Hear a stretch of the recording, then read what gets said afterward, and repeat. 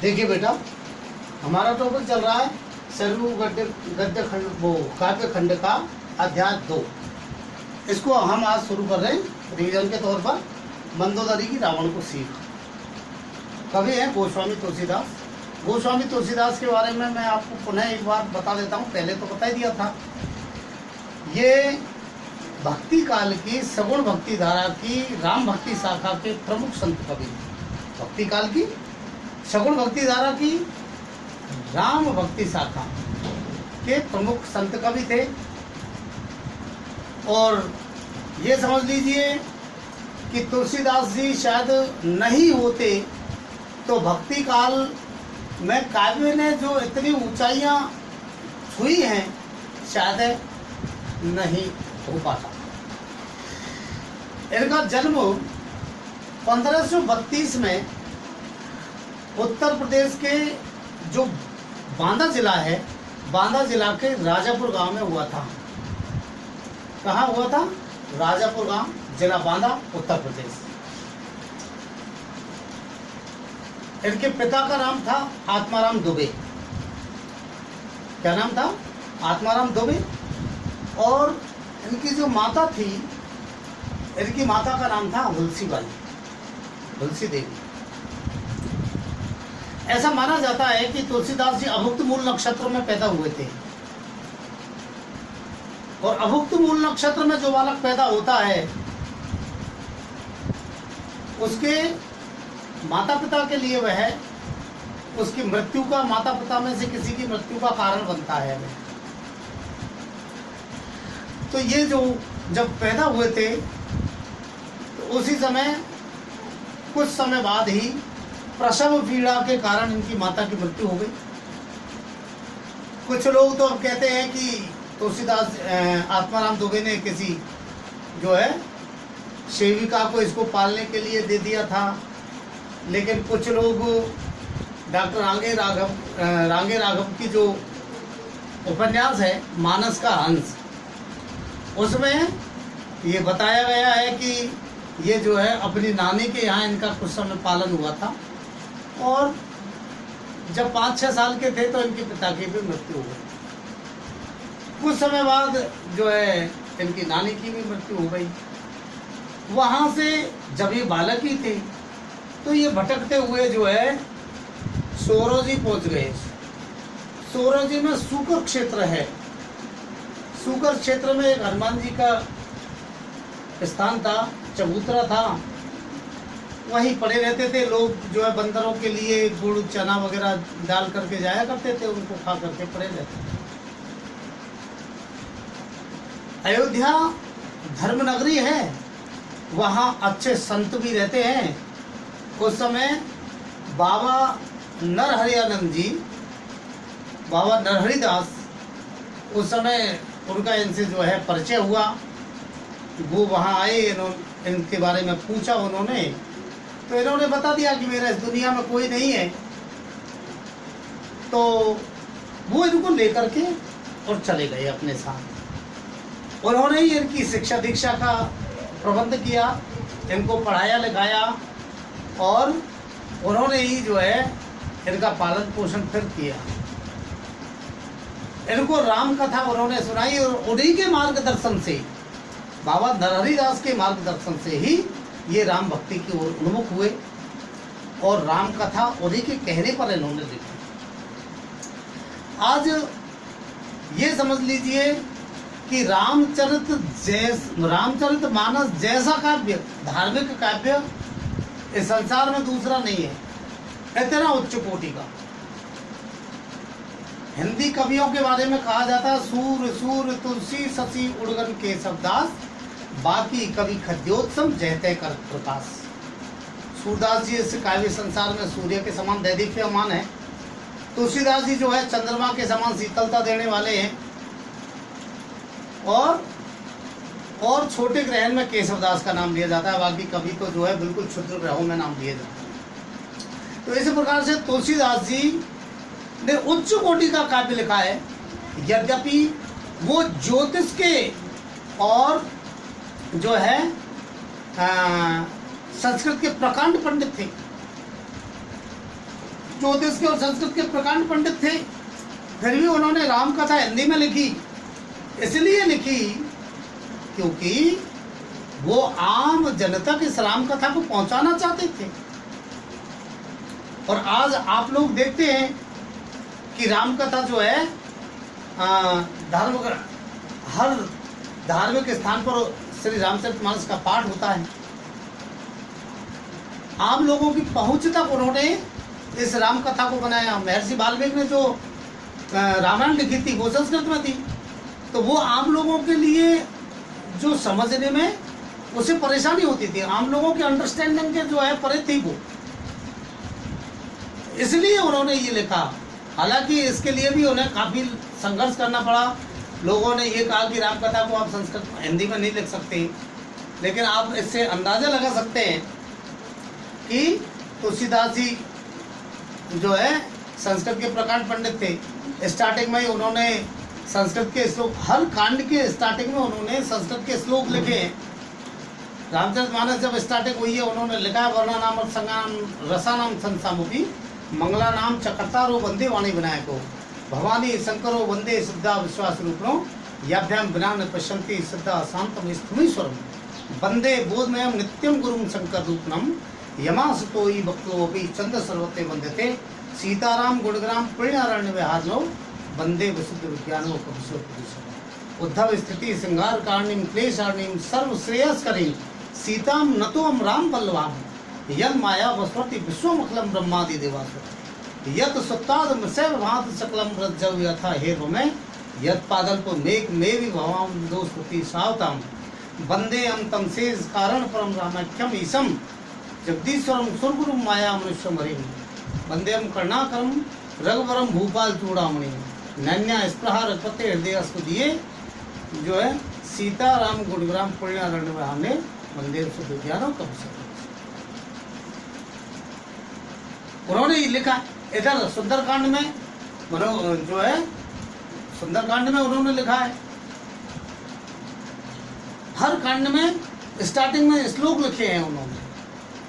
तो इसी प्रकार से जो है संस्कृत के वो प्रकांड पंडित थे और संस्कृत में लिख सकते थे पूरा कांड, लेकिन आम लोगों की पहुंच बनाने के लिए ही राम कथा को उन्होंने हिंदी में लिखा। बहुत संघर्ष करना पड़ा इसके लिए उन्हें।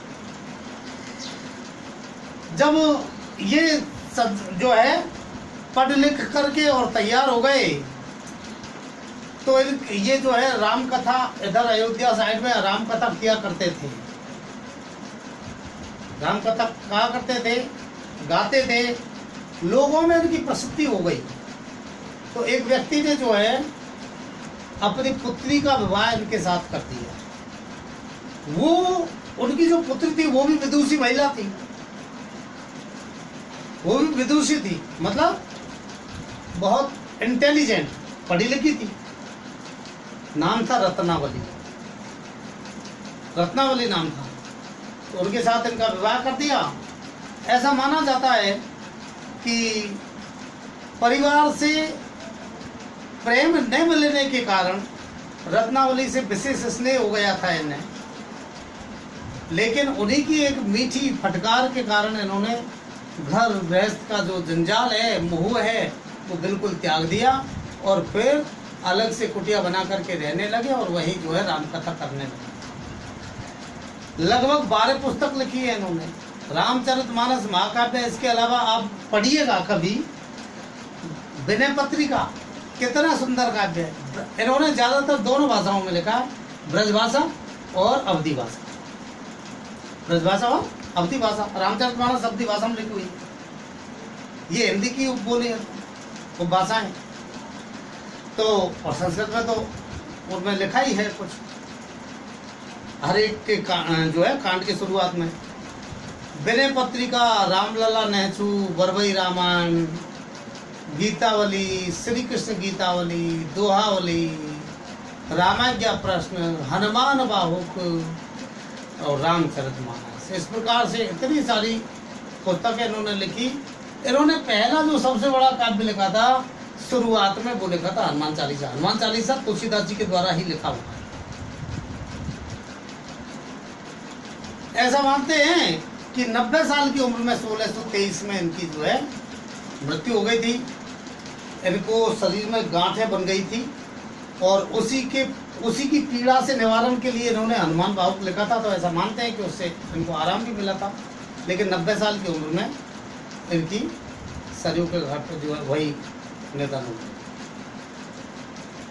अब आप देखिए रामचरित हम पाठ पर आते हैं तो रामचरित मानस जो है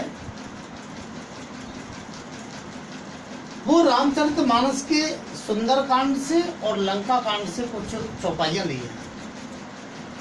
रावण जब सीता का हरण करके ले आया तो मंदोदरी ने, रावण की पत्नी ने, उनको बहुत समझाने का प्रयास किया।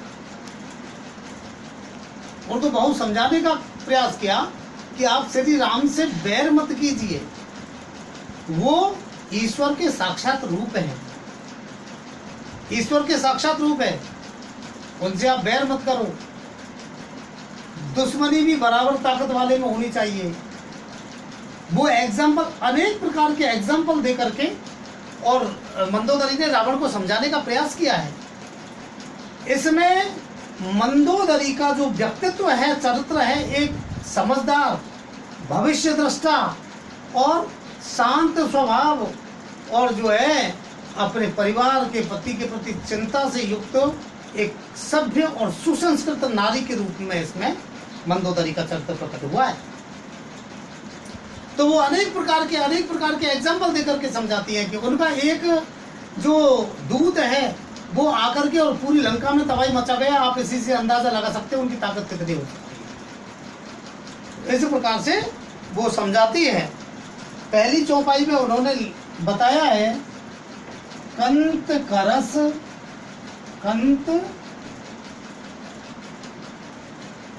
करस हरि सन परिहरऊ, हरि सन परिहरऊ।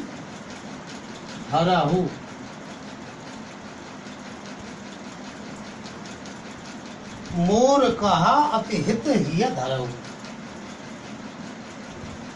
मोर कहा अति हित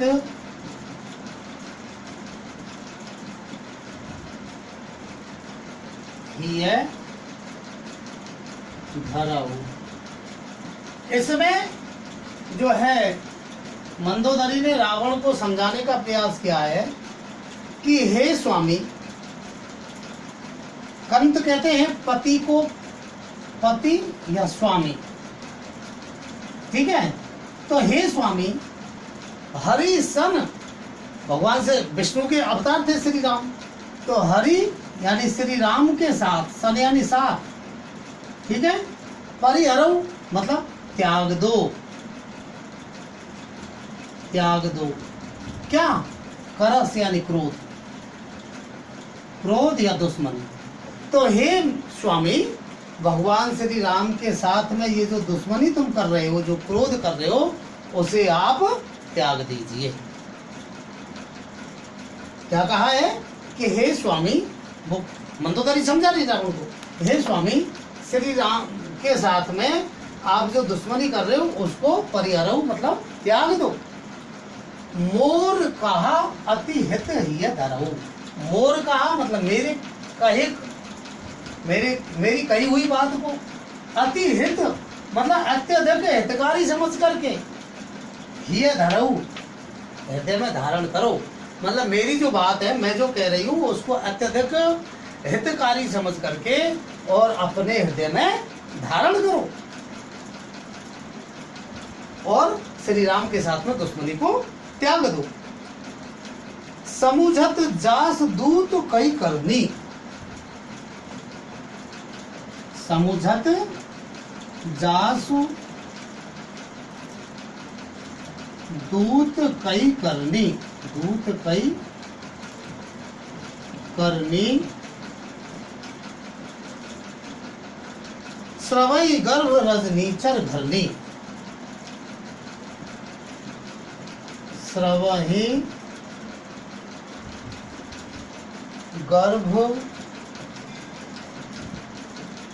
रजनीचर घरनी। अब देखिए इसमें उन्होंने क्या कहा है, उनके दूत, जासू यानी जिसके, दूत कई मतलब की, करनी यानी कार्य को, समुझत यानी समझो, समझ करके या सुन करके, उसके दूत के कार्य को ही समझ जाओ। वो ये कह रही है कि श्री राम के दूत ने यानी हनुमान जी ने जो कार्य किया है, तुम्हारी लंका को जला दिया, तुम्हारे सारे जो है रक्षकों को मार दिया, अशोक वाटिका को उजाड़ दिया, तो केवल एक दूत के कार्य को ही समझ जाओ तुम। श्रवई गर्भ रज नीचर घरनी, तो उसके दूत के कार्यों को भी सुन करके, श्रवई मतलब सुनकर, और रजनीचर मतलब राक्षसों की घरनी मतलब पत्नी, राक्षसों की जो पत्नियां हैं उनके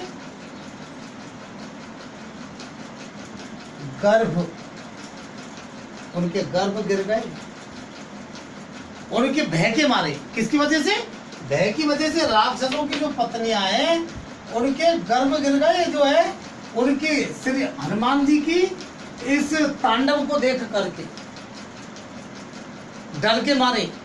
तो उनकी उस ताकत को समझने का प्रयास करो।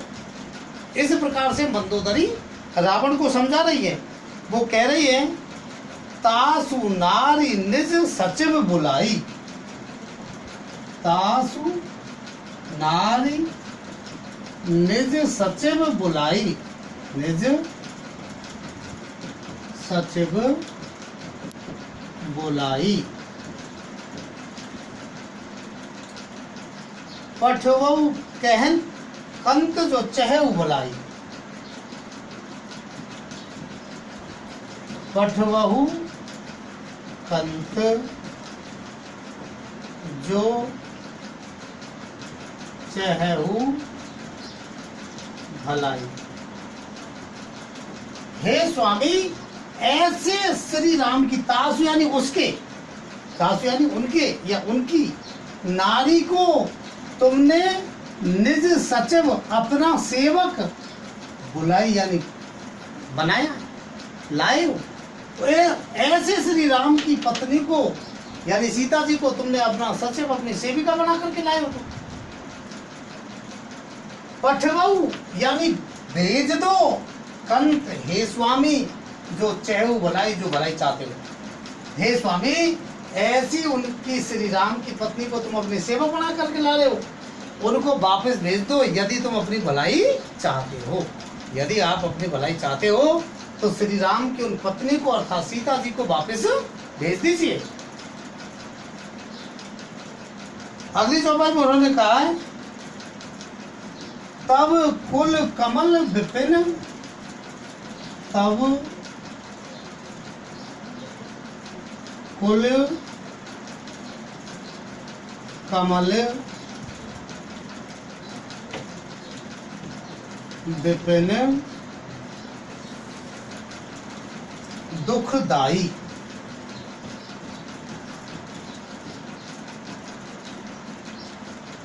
सीता शीत निशा समाई, सीता शीत निशा सम आई।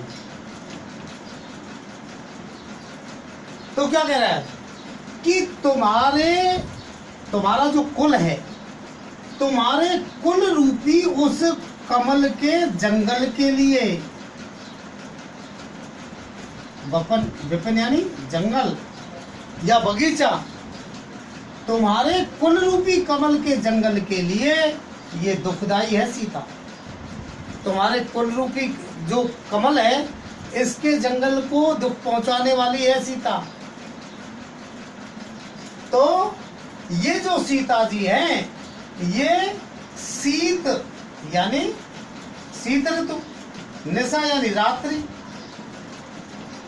तो ये जो सीता जी है, ये शीत ऋतु की रात्रि के समान तुम्हारे कुल रूपी कमल के जंगल के लिए आई हैं। किसके लिए? कुल रूपी कमल के जंगल के लिए। किसके समान आई है? शीत ऋतु की रात्रि के समान। शीत ऋतु की रात्रि में जो पाला पड़ता है, तो उस पाले से जो है कमल पर पाला पड़ता है तो बर्फ जम जाती है, तो उससे पूरा का पूरा कमल का जो जंगल है वो नष्ट हो जाता है। मतलब पूरा का पूरा कमल के सारे फूल और पत्ते जो है नष्ट हो जाते हैं, क्योंकि उसका जो संचार है, जैसे अपन के हाथ को रखेंगे बर्फ पे, तो बर्फ पे हाथ रखेंगे तो ब्लड का सर्कुलेशन रुक जाएगा। उसी प्रकार से उनका जो हरित लवक का जो संचार होता है वो रुक जाता है, तो पूरा कमल का जो जंगल है वो नष्ट हो जाता है।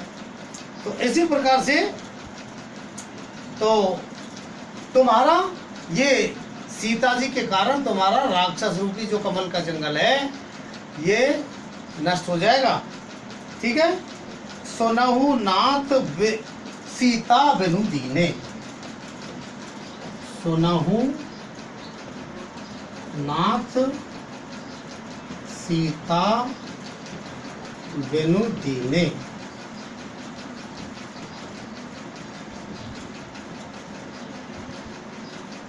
हित न तुम्हार संवज कीने। हित ने तुम्हार शंभु अज कीने। अज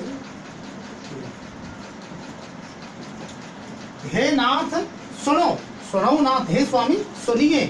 सीता बिन दीने मतलब सीता जी को दिए बिना, यानी जब तक आप सीता जी को नहीं लौटाओगे तब तक हित न तुम्हारा हित ने मतलब नहीं कर पाएंगे, ने कीने मतलब नहीं कर सकेंगे।